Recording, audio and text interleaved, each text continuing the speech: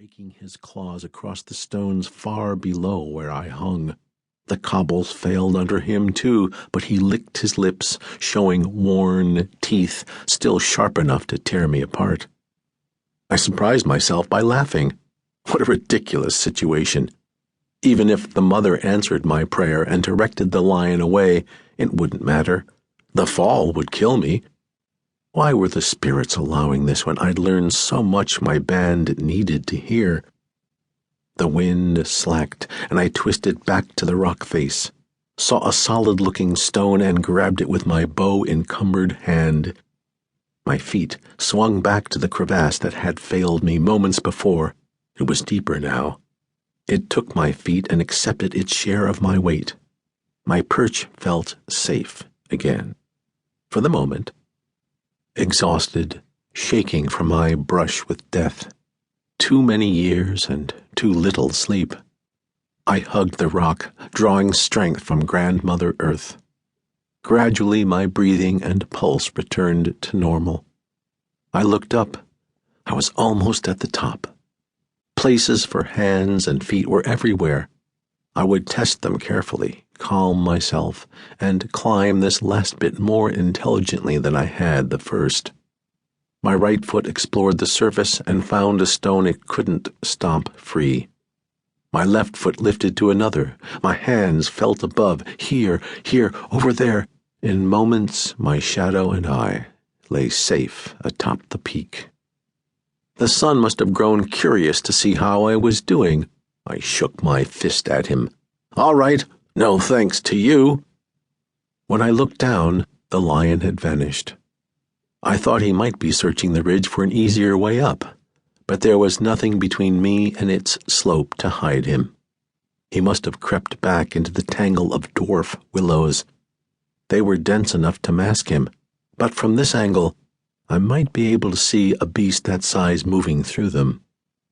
And then there he was, bolting from the willows on the other side of the stream, moving faster and with more determination than when he'd chased me. Another gust of wind rolled across the willows, and I saw why. A great bear stood near the stream's bank, head raised, his eyes looking straight at me. The willows closed back over him, and I watched the lion flee toward distant green hills, the pain in his joints forgotten in his eagerness to avoid the great bear. Maybe I shouldn't be so upset with the spirits. If I hadn't needed to avoid the elderly cat, I might have run straight into the bear. I'd been scraped, scratched, and badly frightened, but I was alive. I checked the willows again, hoping to see which direction the bear was going. Upstream, I thought. But if I was wrong, I'd have a far better chance of living long enough to deliver my messages by staying on this ridge. I spun in a slow circle, searching for some sign of my band, and found nothing. Not unless some of those distant clouds were smoke from our fires. I couldn't tell. But the band had to be somewhere in that direction. I scrambled over a few prominent boulders, found the gravel surface that topped these ridges, and began running again. Grandfather Eagle's visit to our camp is among my first childhood memories. The famed old spirit man traveled among the people during my 5th summer, persuading us to make this journey. The mother had appeared to him in visions and shown him a new land where rolling prairies lay, filled to overflowing with the herds that grazed them. There we'd find mountains rich in game and beauty, lakes and great rivers bountiful with fish and fowl.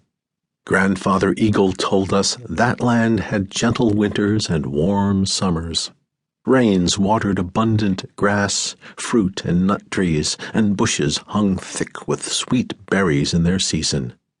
The mother, he explained, had told him, the people should go and claim it.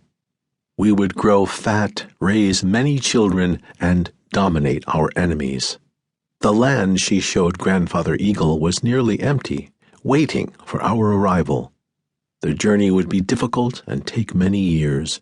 We must travel north and east across country that was cold and unforgiving before finally turning south.